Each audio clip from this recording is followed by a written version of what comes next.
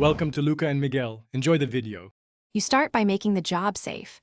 Disconnect the battery negative and let the engine cool fully so you don't burn yourself.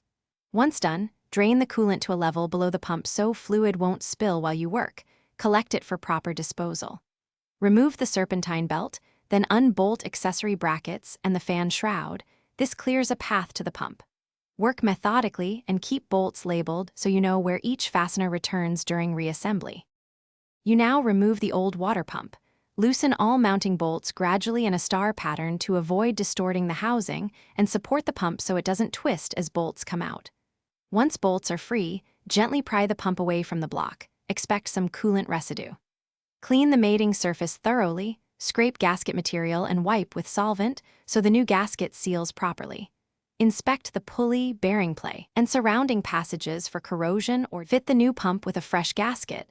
Use the manufacturer-recommended sealant only if specified and tighten bolts to the correct torque in the proper sequence. Reinstall the pulleys, belt, brackets, and fan shroud, then refill the cooling system with the correct coolant mix and reconnect the battery. Start the engine, let it reach operating temperature, and watch for leaks and proper belt alignment. Once cooled, recheck coolant level and retorque bolts if the manual calls for it.